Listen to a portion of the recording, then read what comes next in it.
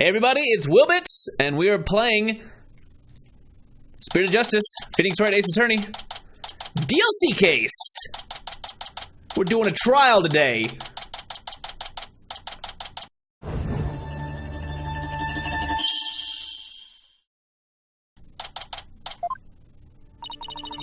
Good morning, Mr. Wright. Good morning, Ellen. I see you're still wearing your wedding gown, even though it is a new day, and there has been plenty of time to change into something more comfortable. And wedding dresses are immensely hard to clean, so you probably smell bad. And I will continue to wear it until our marriage is saved. Okay. Oh, Soren!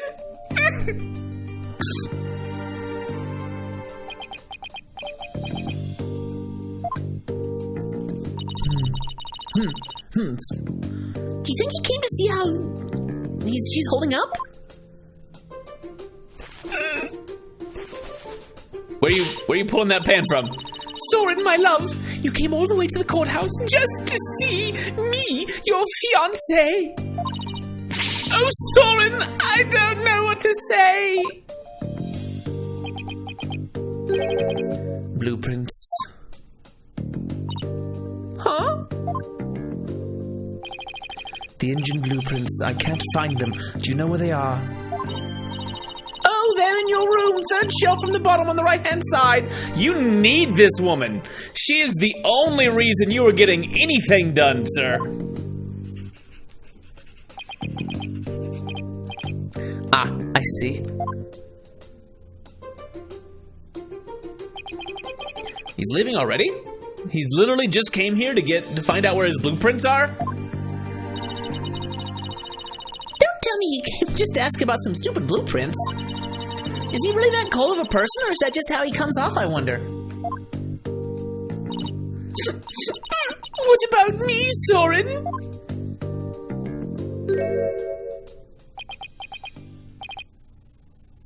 Ellen. He's back! What else did you forget? Come home soon.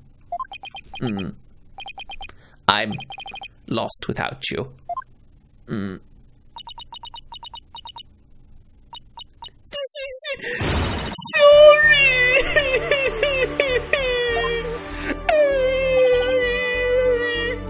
Later. That's as romantic as he gets. It's pretty good. Looks like showing your vulnerabilities is the fastest way to capturing a woman's heart. You should take notes on this, Nick. Maybe one day, someone will like you. Not me. Please leave me out of this. Please don't talk about my love life, or lack thereof. Anyway, it looks like Soren isn't big on words. But it's clear that he cares about Ellen. Knowing that, I actually feel kind of relieved. Looking kind of rough, honey. That's right, fix it up, fix it up. It's okay. Be strong, Ellen! Be strong! Mr. Wright, I just absolutely can't be found guilty. You hear? Don't worry. I'm gonna do everything I can to prove your innocence. Thank you, Mr. Wright. The trial's about to start, sir. Edgeworth. Knowing him, he's not gonna yield an inch. So I've just gotta fight with everything I've got and save Ellen.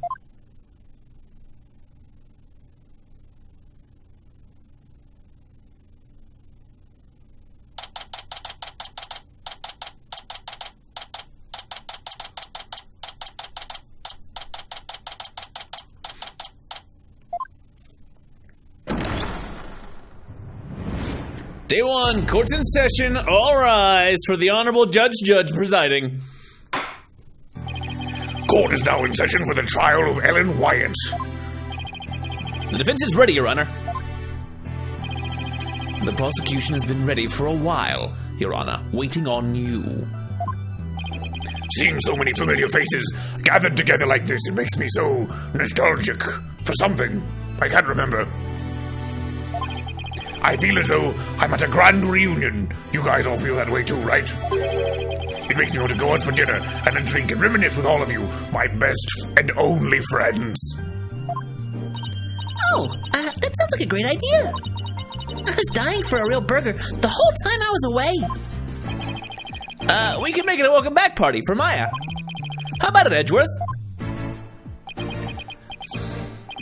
I have no intention of cavorting with my enemies. We're not enemies, buddy. Just because we happen to be on opposite sides of a trial, it's fine. Now then, Your Honor, let us start this trial at once. Oh, still not one for light-hearted banter, are you, Mr. Edgeworth? Jokes and good humor are beyond worthless in a court of law. Guess we'll just have to have the party without him then. However, were it after the conclusion of this trial, I might consider joining you for your little welcome back party. Such a professional. Okay, he just doesn't want to cavort in a trial. Fine, Edgy, we understand. We get it. It's fine. We'll finish this out. I'll kick your butt. And then we can hang out and have some burgers, because honestly, that's all it's about, right? I certainly wouldn't mind an invite at the very least. He's still as emotionally constipated as ever, I see. That sounds painful. Now then, Mr. Edgeworth, if you could please go over the details of this case for us, rather than making me think about feelings and butts at the same time, which I do not appreciate. The victim was Dumas Bloomsbury, a servant in the Sprocket household. He was in attendance at the wedding reception that occurred from 7 p.m. to 10 p.m. Mr. Bloomsbury apparently felt some animosity toward Ellen Wyatt, and so, a bit after the reception ended at 10 p.m., he assaulted Miss Wyatt with the intent to kill her. The defendant fought back and ended up killing Mr. Bloomsbury. In other words, it was justified self-defense, correct? If that's the case, then the defendant might not be criminally responsible. He's right. Worst case scenario, I could go for self-defense to avoid the criminal charge. I wonder how Edgeworth plans to counter that, though. The prosecution's first witness will make my view on the matter clear, Your Honor. Very well. Bailiff, please bring in the first witness.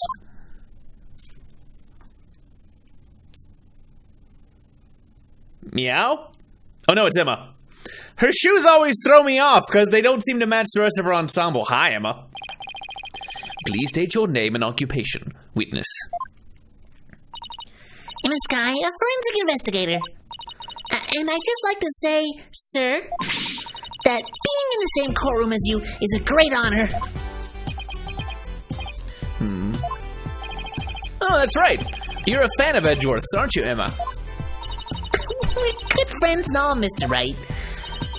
But just this once, I intend to faithfully and fully testify for the prosecution. And I do mean that wholeheartedly. I expected no less from you. Yes, sir. I'm going to do my very best. Looks like you lost the popularity contest to Mr. Edgeworth, Nick. Meh, I really could care less. Besides, she'll see who's the better lawyer once I win this trial. That's what this is really at stake. The heart of Emma Skye. Yeah, maybe then you'll actually really care less. Now, Detective Skye, if you please.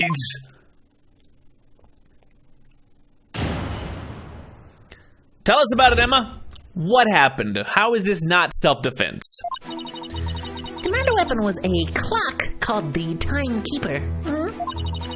The victim was hit with it from behind, and he fell over right into the lantern.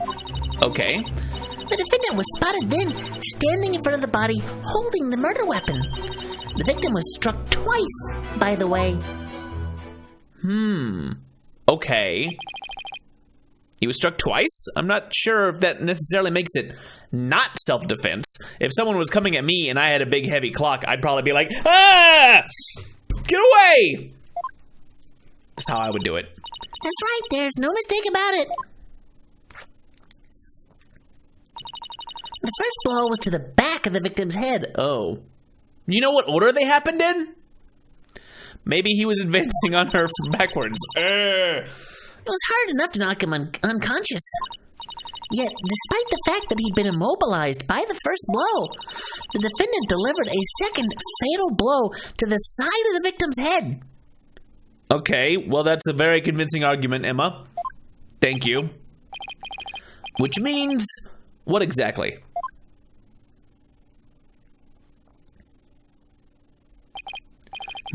I figured it would go right over your head. Let's put it this way. By striking the victim a second time, the defendant killed her last chance to escape from any criminal wrongdoing. She did, but how, Mr. Edgeworth? The defendant may have been fighting back because she was being attacked. However, she then went on to deliver a fatal blow to a man who was already fully unconscious. Nick, is he saying what I think he is? I don't feel so good. And thus, Mr. Wright, has justified self-defense been removed from the table. The prosecution intends to prove that the defendant killed the victim with murderous intent. Allow me to belatedly submit the victim's autopsy report.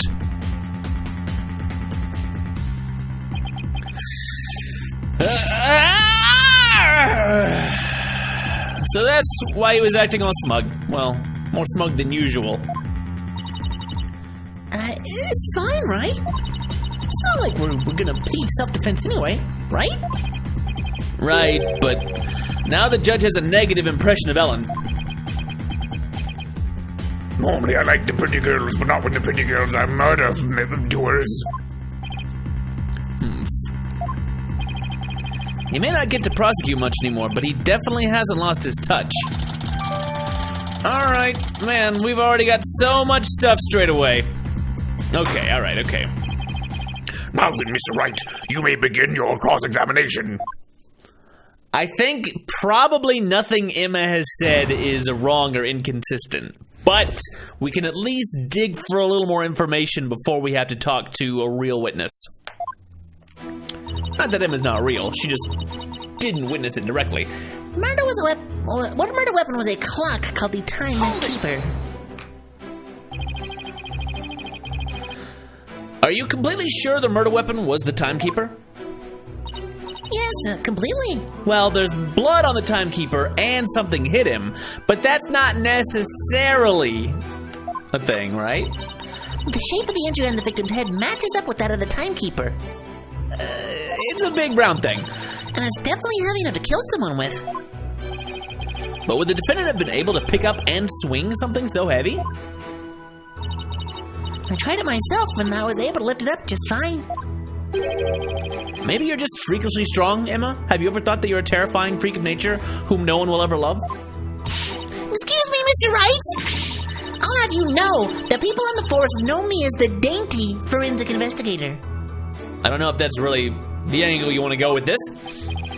Sorry, but really, you're hardly a delicate flower. You're a very strong flower. Mr. Wright, this is a court of law. Save your antics for after the trial if you know how. Yes, sir. It won't happen again, sir. Moving on. The victim was hit with it from behind, and he fell over, right into the lantern. I have kind of an objection. He was found... I'm not going to actually present this yet, but I will say, very notably, if he was hit from behind and then fell over, don't we have... Yes. He's on his back. How'd he fall over like that, unless she was in the lantern? We're going to press it. That's where I'm thinking right now. Hold it! The defendant was fighting back against the victim, right? If so, wouldn't she have hit him from the front and not from behind? The victim must have tried to run once Miss Wyatt started fighting back. No, not a girl trying to fight back. I flee into the lantern. That's probably what I hit from behind. I see. Thus the blow to the back of his head. The defendant must have looked awfully scary when she was brandishing that clock. I don't know about that. A bride with a clock. Although her transformations have already been a little interesting, so. Regardless of how scary Ellen looked, the victim was definitely hit from behind. May I go on? Yes, of course. Please do. The defendant was spotted then, standing in front of the body, holding the murder weapon. But that's only because she was so panicked when she found the body that she tried to use the timekeeper to go back in time. Objection! Mr. Wright, do you have any idea how absurd you sound? But Ms. Wyatt really believed she could travel through time with that clock. I'm not saying that she could or couldn't, just that that's what my client believes. You really should have come up with a more credible story, you know. Yes, I agree. I watched a movie about time travel and it wasn't very good. Lots of dancing and kissing. Ugh. Me three, but it's all I've got to go on. Anyway, under the circumstances, the only conclusion we can draw is that the defendant killed the victim. Is that the only conclusion we can draw? What if I get out a pad of paper and draw something else? The victim was struck twice, by the way. Elaborate upon that so I may present things to it. Ms. Wyatt must have had a chance to escape after she struck the victim the first time. So why would she stick around and hit him with such a heavy object again? Well, about that, Allow me to explain. Why did she strike him again indeed? To finish off the victim, of course. This very act clearly shows that she had every intention of killing Mr. Gloomsbury. Miss Wyatt would never do a thing like that. Then let's see some evidence that disproves my theory. Are you gonna stand there and take that from him, Nick? I can't refute his claim head on, so I'll have to approach it from a different angle. Oh, Well, it looks like we won't be going anywhere until we can refute Edgeworth's claim. this is so exciting. We haven't taken on Mr. Edgeworth in ages. Yeah, it's exciting. Okay, Nick, now go get him. No need to rush me, Maya. I'm still thinking. All right. I better start by comparing his testimony with the evidence we have, and look for any glaring inconsistencies. So the biggest thing, I think, is the first thing that stuck out to me was that if the victim was hit from behind and then he fell over right into the lantern, you would be butt up in the air, not flat on your back. That's if someone wonks you in the face. So let's present just the crime scene photo. Is always a pretty good place to start. Objection! Detective Sky, I'm afraid I have to apologize in advance for handing you your own butt and making you eat it. For what? For embarrassing you in front of your idol. Oh, what do you mean? If you take a look at this photo of the crime scene, you'll see that the victim is lying on his back. But if the victim had been hit from behind, as you claim, then he should have fallen over into the lantern face down. It's not enough to simply take someone's side, Detective Sky, even if it's Mr. Edgeworth's. Oh. It does appear to be a flaw in Detective Sky's testimony. Mr. Wright, if you think I'm gonna just back right down, then you're sadly mistaken. Emma's unusually fired up today. Must have had a couple extra snackoos before she came out. Don't forget, she's in front of her hero, Nick.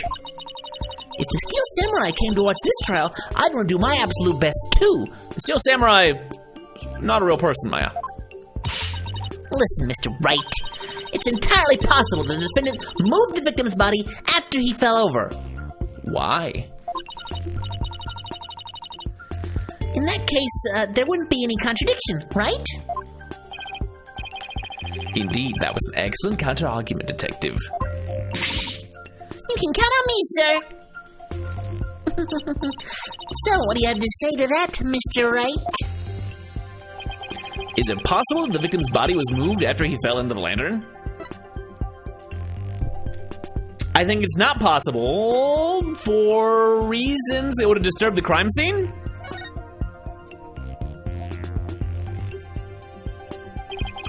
Sorry, Detective, but there's no way the victim's body was moved after his death. Oh, really? And what makes you so sure? One look at this here and it should become obvious. There's stuff on top of him. Take that! What exactly are you pointing at, Mr. Wright? No? Uh-oh. Oh, this right here? What you're trying to communicate is not obvious at all, Mr. Wright. But this penalty should make my feelings on the matter pretty obvious, even to you. Oh, come on. The only thing that's obvious right now is the pain in my attorney's badge. Okay, so it's definitely something. Is it because there's lantern bits on top of him? Take that! Those broken bits of the lantern? Okay, it was the broken bits. Yes, if the body had been moved after the fact, these fragments would have fallen off of it. But as you can clearly see, they're lying perfectly undisturbed on top of the body. This means the victim must have been lying face up from before the lantern even broke. You're right! Oh! Wait a minute, if that's true, then when was the victim killed? I mean, the lantern would still hold during the reception, right? Right, which means we've just overturned a major assumption about this case. If the victim was already dead before the lantern was even broken, then the body must have been inside the lantern since before the reception started. In other words, the defense asserts that the victim was killed before the wedding reception. What?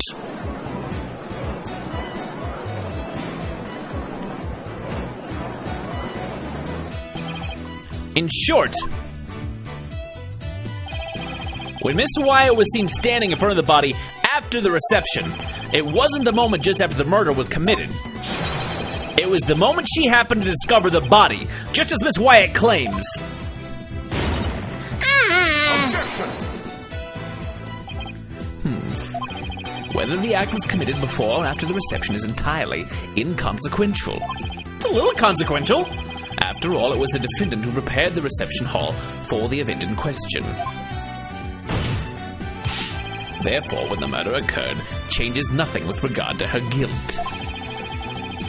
She could have killed the victim before the reception, as you claim, and then tried to hide his body in the lantern after the event ended. Objection! Sorry, but that doesn't make any sense. I mean, where would the body have been hidden during the reception in your scenario? That's... Even you have to admit, Mr. Edgeworth, that this has opened up a new possibility. Do explain, Mr. Wright.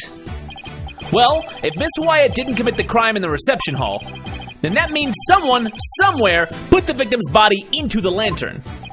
I suppose that makes sense.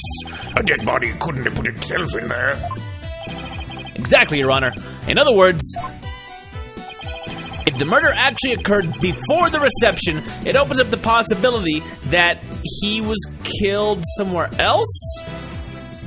Or he was killed some other way?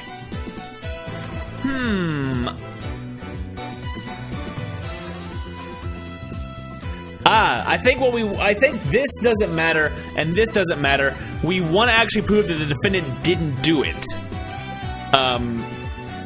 Because that's the point, right? Oh no. The defendant didn't commit this murder. Oh, for heaven's sake. Even if the murder was committed before the reception, that alone doesn't erase the suspicion against the defendant. It seems that was too ridiculous of a leap backwards from Mr. Edgeworth, Mr. Wright. I suggest you look before you leap and think before you speak. Okay, alright, sorry. I guess I got ahead of myself on that one. Yeah, okay. I did get this ahead of myself. The murder actually occurred before the reception and opens up the possibility that he was killed somewhere else, I think. Yeah. If the body was hidden inside the lantern, then it's possible that the body was moved along with it from somewhere else. Oh, you're right. You can run that mouth of yours all you want. But do you have any evidence to support what's coming out of it, Mr. Wright? Of course I do. I think the answer lies in that piece of evidence, and in something that was left at the crime scene that will point us to where the victim was really killed. Very well, Mr. Wright. In that case, what proves that the lantern and the body were moved from somewhere else? I think it's the other Pegamoo, actually. We have that, right?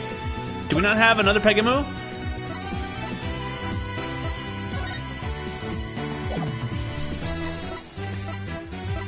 They're really throwing these things out en masse at me just to make sure I'm paying attention. Let's see, the pamphlet has the other lantern. I thought we had another Pegamoo just as a piece of evidence by itself.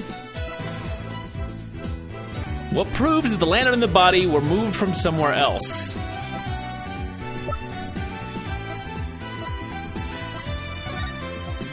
Oh, I know what it is. It's the photo of the victim because there are flower petals. Yeah. So this is one of those instances of being blinded because once you presented something, you think you're going to present something else. But it's The photo of the victim again? because he had flowers all over him and those flowers were in the hold picture. Yes! I'd like the court to focus on this thing right here, and now we look at the flower petals that are all over him. Flower petals, Mr. Wright? These petals are from a kind of flower that were not present in the reception hall. This means they must have gotten to the lantern when it was somewhere else. And just where do you propose this somewhere else to be, Mr. Wright? I propose that this piece of evidence will tell us where the flower petals came from. And now we do the photo of the hold because it has those flowers in it. Please take a look at the flowers in this picture of the hold. Notice how their petals are of the same shape as the petals in the crime scene photo? Yes, I see. They do look to be from the same kind of flower. Objection!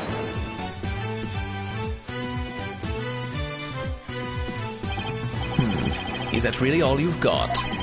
A flower is a flower is a flower. They're all the same. No, Edgeworth! I would hardly call what you presented compelling evidence. I'm afraid I couldn't disagree with you more, Mr. Edgeworth. I love flowers. I gave a flower of this type to my lovely wife once when we were young. So I can assure you that this is very meaningful and compelling evidence indeed. It makes me think about how much I love my sweet, sweet wife. The soundness of my judgment in this matter is backed by nothing less than pure love. But, Your Honor. Let it go, Mr. Edgeworth, and move on. It's clear you don't know much about flowers or love. Is it because no one likes you? It's not like you have anyone you'd actually give any to. After all, this! Boom, boom, boom! Oh! But maybe you should study up on them just in case the opportunity presents itself and somebody you like who's maybe standing right across from you in a courtroom right now would like some flowers from you.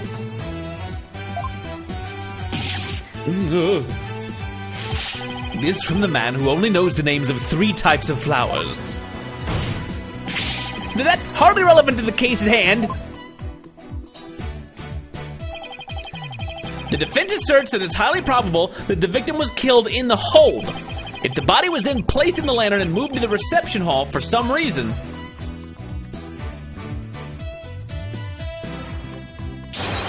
it would completely destroy the prosecution's case. You mean the body was... Yes, the victim's body was inside the lantern during the entire beautiful wedding reception, while the defendant and her betrothed were celebrating their love. There's a close-up. What? Oh, love. Will we ever know what that is? That's my favorite. Oh, the courtroom's just like a soap opera today. Your smooth talk might work on his honor, but it won't work on me. What are you talking about now? Take another look at all of the evidence, and you'll soon see what I mean. I wish he would just tell me already. Detective Sky, I'm sure you've already figured out what I'm talking about, correct? Of course, sir. Mr. Wright is the only one here who hasn't. Why don't you leave this to me, Mr. Edgeworth, forensic scientist? Very well. Let's see what you can do. Detective Sky, please give your testimony to this court.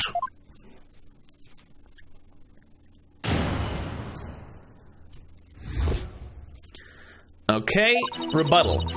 The victim could not have been killed before the reception. The autopsy report states that the estimated time of death was after the reception. And that estimated time of death is correct. There's no way it could be wrong. That's not compelling testimony. It's clear Mr. Bloomsbury was killed after the reception. And that completely contradicts your claim. I guess so, but I'm not convinced, Emma. Tell me you at least took a cursory glance at the autopsy report, Mr. Wright. I didn't. No. It appears you've grown rusty since our last outing. Might I suggest you go back and brush up on the basics? Sure, though I must say, you're as cocky as ever, Mr. Edgeworth. Considering that I always beat you. I beg your pardon. What are you trying to say, Mr. Wright? I'm just saying that I'll go back to basics if that's what Mr. Edgeworth wants. I'll prove how badly he's underestimating me with a good old-fashioned cross-examination. Very well, let's see you put your money where your mouth is, Mr. Wright. Not literally, don't need any money. Sounds like you can't afford to spare it. Ha! Cross-examinos! The victim could not have been killed before the reception. Hold it! Unless he was made cold at any point, ever. You sound pretty certain. You must have some solid grounds for making that claim, right? Of course I do. You're gonna feel silly when I show you what they are. Ready? Feast your eyes on this. The autopsy report states that the estimated time of death was after the reception. Hold it! Oh, yeah? I've read the autopsy report too, you know. Then you don't need me to explain it to you, right? Because I'll go real slow if you need it. How there's no way the victim could have been killed before the reception, I mean. Detective Sky, I think you've overlooked something big. Big. I have! Why don't you take another look at the evidence? But I've already looked at all the evidence, and quite carefully too, I'll have you know. Detective Sky, do not be taken in by his verbal antics. He is simply bluffing, as always. Right, sir. And that estimated time of death is correct. There's no way it could be wrong. Hold it! Yeah? Is it possible the culprit did something to obscure the real time of death? No, not in this case. There was no snow or anything to keep the body from decomposing. It wasn't like there was a huge bank of snow or like a big machine full of dry ice. Oh. And there's no fridge on that airship big enough to fit a body into. So you've already checked into that, I see. Well, it comes down to the estimated time of death, doesn't it? Couldn't the killer mess with the victim's time of death by keeping the body on ice? Yeah, if they had the means to. The prosecution's treating the estimated time of death as an absolute. But is it really? I take it you don't think it is, Hunnick. In that case, we're gonna have to find a way to convince them otherwise. Yeah, there's gotta be a way somehow. The victim could not have been killed before the reception. The autopsy report says the estimated time of death was after the reception. And the estimated time is correct. There's no way it could be wrong. But what if there was a device, a big device that uses dry ice to make fog? Objection! I admit that the estimated time of death does contradict my theory. Finally, and that means your theory the victim was killed before the reception is still entirely plausible. Huh? What makes you think that? The killer could have falsified the time of death by using a certain item in the reception hall. Please take a look at this. And what is that contraption, Mr. Ryder? You use it to make the boozes so you can get drunk like a lush. I've seen your grape juices. It's a fog machine, Your Honor, used to create a special romantic atmosphere in the hall. Ooh, yeah, just a little steamy. And this machine could have been used to falsify the time of death by making the time of death seem more romantic. Yeah, well, no, Your Honor, but yes, Your Honor, because the machine uses dry ice to perform its magic. Dry ice? Most ice is kind of wet. You hold it and it turns back into water. Then you lick it and it's very tasty. Oh, yes, the super cold stuff commonly used to make theatrical fog, right? Oh, you know what that is? You know what nail polish is, but you know what dry ice is. Fine. I see, so you're claiming that this dry ice was used to keep the body cold. Oh. In that case, I guess the victim could have been killed before the reception. Emma's dumb, boo! We're all mad at you, Emma! They're probably saying. Order in this court. Don't make fun of pretty girls, or anyone. It's not nice. Well, Mr. Edgeworth, what do you have to say about this development? That the victim was killed in the hold before the wedding reception. The prosecution acknowledges the possibility of this claim. Now we're getting somewhere. The prosecution would also like to thank you, Mr. Wright. Huh? For what? I didn't know how a certain piece of evidence fit into this case, but now, thanks to you, I do. What piece of evidence? What have you been hiding? We need a discovery period. To get into the hold, one needs a key card like this one. And here we have a record of those who entered the hold with such key cards.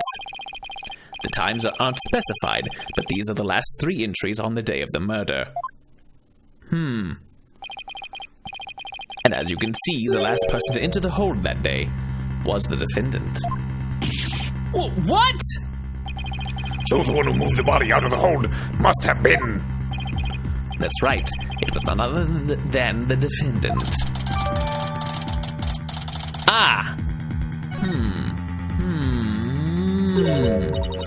Hey, Nick, take a look at this entry record. There are a couple of other names on here besides Ellen's. And one in particular that's awfully fishy. Hey, you're right. According to the entry record, Mr. Edgeworth, Pierce Nickety had also gone into the hold. Isn't it possible that he could have been the culprit? Objection! Sorry, but Mr. Nickety was escorting a few of the guests at the time. I'm sure they would be happy to testify to that fact, if you'd like. Think me cocky all you'd like, Mr. Wright, but my confidence is rarely misplaced. Now then, it's probably safe to assume that after killing the victim in the hold, the defendant moved his body to the hall in order to dispose of it discreetly. What do you mean by discreetly? The defendant volunteered to take care of the reception's cleanup personally. That means she would have had the chance to dispose of anything in any way she wanted, including taking the lantern off the airship without raising any suspicion. Don't tell me you didn't know about Miss Wyatt volunteering for cleanup duty, Mr. Wright. For my last task as a servant of the Sprocket household, I offered to take on the preparation and cleanup of the reception banquets. I see.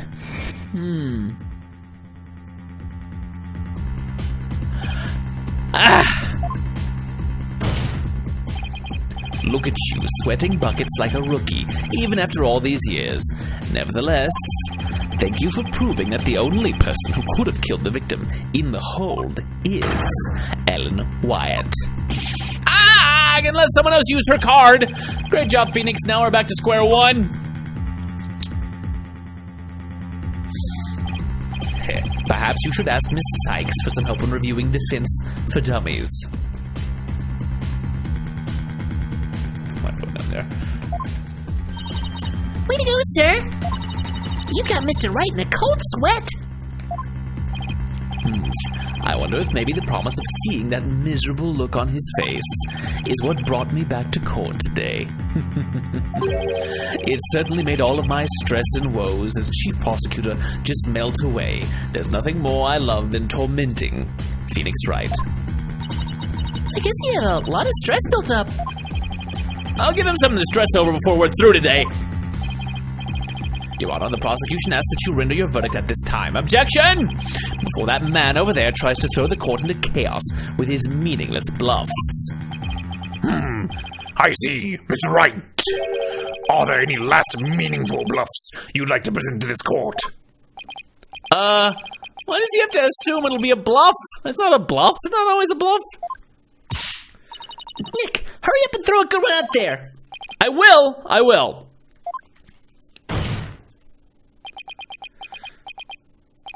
Well, alright then. Let's see. It's time to throw the accusation on my good friend, Mr. Butts. I've got it! How do you know it was Miss Wyatt who used her key card? After all, if it turns out that somebody else used her card, it would mean Miss Wyatt didn't do it. Interesting. And are you able to prove this bluff to be true? I assure you I'm not bluffing, Your Honor. Well, now what? Wait a minute, Nick. I can think of a certain somebody who might have used Ellen's key card. You can? Remember? The one who was sneaking around the hold in spite of not being a family member? Oh, yeah. We're throwing Larry under the bus! Your Honor! The defense would like to call a certain witness to the stand. I need the testimony of this person who may have entered the hold with Miss Wyatt's card, the magician Trucy Wright. No. When something smells, it's probably the butts. That's your witness. Are you saying that numbskull was on the airship?